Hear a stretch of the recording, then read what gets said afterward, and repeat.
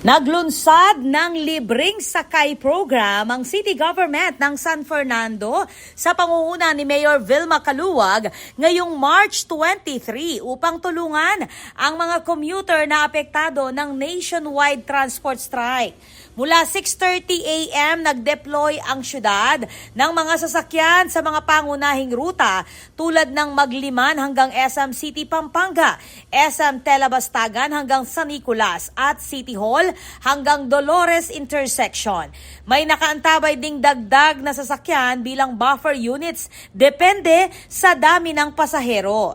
Ayon kay Mayor Caluwag, layunin ng programa na magbigay ng safe, accessible at reliable na transport option habang nagpapatuloy ang strike.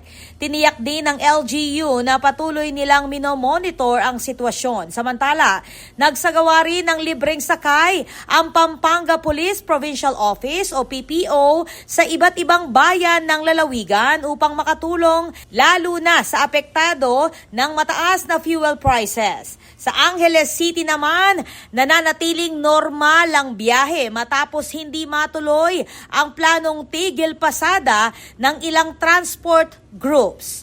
Ako po, Patricia Mamangon para King News Force Pampanga.